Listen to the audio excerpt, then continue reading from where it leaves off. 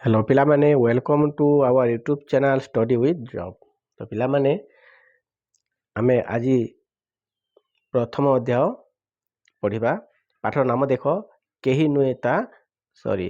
ତ ପିଲାମାନେ, ପାଠଟି ଆରମ୍ଭ କରିବା ପୂର୍ବରୁ ତୁମମାନଙ୍କୁ ଅନୁରୋଧ, ତୁମମାନେ ଏହି ଚ୍ୟାନେଲ୍କୁ ସବସ୍କ୍ରାଇବ୍ କର, ଲାଇକ୍ କର ଓ ଫ୍ରେଣ୍ଡମାନଙ୍କ ପାଖକୁ ସେୟାର କର, କାହିଁକିନା ସେମାନେ ମଧ୍ୟ ଏହି ଭିଡ଼ିଓଟି ଦେଖିପାରିବେ। ଏହି ଚ୍ୟାନେଲ୍ରେ ସବୁବେଳେ ନୂଆ ନୂଆ ଭିଡ଼ିଓ ଦେଖିବାକୁ ପାଇବ।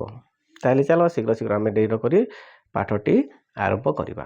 ଦେଖ, ଫୁଲ ପରି ମୁଁ କୋମଳ ହେବି, ହସିବି ସଦା ବେଲେ, ବାସ ଭିତରି ଖୁସି ମୁଁ ଦେବି ସଭିଙ୍କୁ କାଲେ କାଲେ।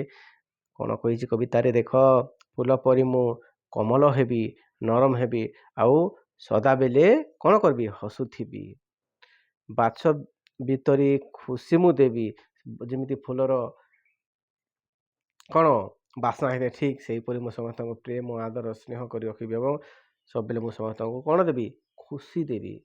କେବେ କାହାକୁ ଘୃଣା କରିବିନି, କାହାକୁ ରାଗ କରିବିନି, ସମସ୍ତଙ୍କୁ ମୁଁ କ'ଣ ଦେବି? ଖୁସି ଦେବି ଓ ସଭିଙ୍କୁ କାଲେ କାଲେ କ'ଣ କରିବି? ଖୁସିରେ ରଖିଥିବି ବୋଲି କବିତାରେ ଏଇଟା କୁହାଯାଇଛି। ଆଗକୁ ଦେଖ,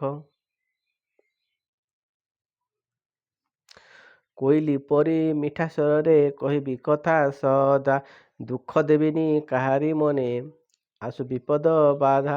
କୋଇଲିର ସ୍ୱର କିଏ କିଏ ଶୁଣିଛ ପିଲାମାନେ? କୋଇଲି ଯେମିତି ତା କଣ୍ଠ ସ୍ୱର ମଧୁର ମିଠା, ଠିକ୍ ସେହିପରି ମୁଁ ସମସ୍ତଙ୍କୁ ସଦା ସର୍ବଦା ମିଠା କଥା କହିବି, ଖୁସିର ସହିତ କହିବି ଓ କାହାର ମନରେ କ'ଣ ଦେବିନି? ଦୁଃଖ ଦେବିନି। ଯେତେବେଳେ ବିପଦ ଆସୁ କି ବାଧା ଆସୁ, ମୁଁ କାହାକୁ କେବେ ଦୁଃଖ ଦେବିନି ବୋଲି କବିତାରେ କୁହାଯାଇଛି।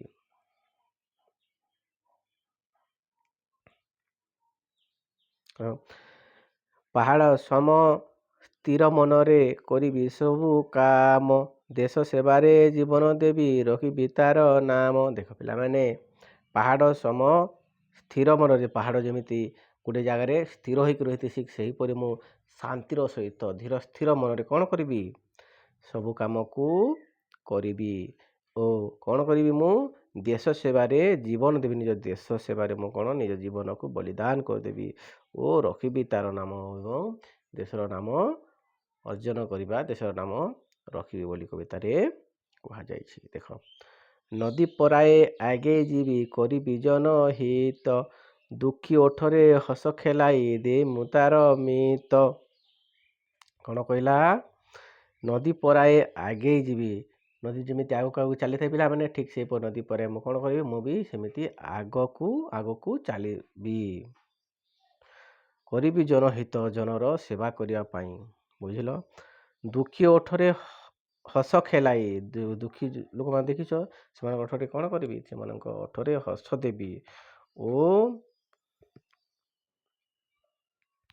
ହେବି ମୁଁ ତାର ମିତ, ସେହି ଦୁଃଖୀ ଜଣଙ୍କର ମିତ ହେବି, ସେମାନଙ୍କର ଓଠରେ ହସ ଦେଇକି ବୋଲିକି କବିତାରେ କୁହାଯାଇଛି। ଆଉ ଦେଖ ପିଲାମାନେ, କେତେ ସୁନ୍ଦର କବିତା। ପରର ହିତ କରଇ ଯିଏ ଆପଣା ଲୋକ ପରି, ସେ ତ ଏକା ସଂସାରେ ସାର କେହି ନୁହେଁ ତା ସରି। ପରର ହିତ, ଯିଏ ପରର ମଙ୍ଗଳ କରିଥାଏ, ପରର କ'ଣ କରିଥାଏ? ସେବା କରିଥାଏ, ଆପଣା ଲୋକ ପରି, ନିଜର ଲୋକ ପରି, ସେ ତ ଏକା ସଂସାରର କ'ଣ?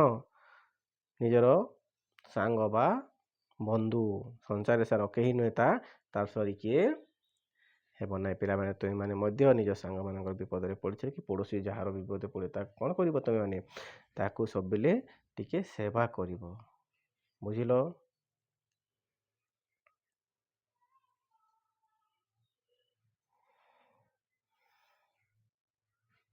ଠିକ୍ ଅଛି ପିଲାମାନେ, ତୁମମାନେ କବିତାଟି ପସନ୍ଦ ଲାଗିଥିଲେ ଚ୍ୟାନେଲ୍କୁ ଶୀଘ୍ର ଶୀଘ୍ର ସେୟାର କରିଦେବ।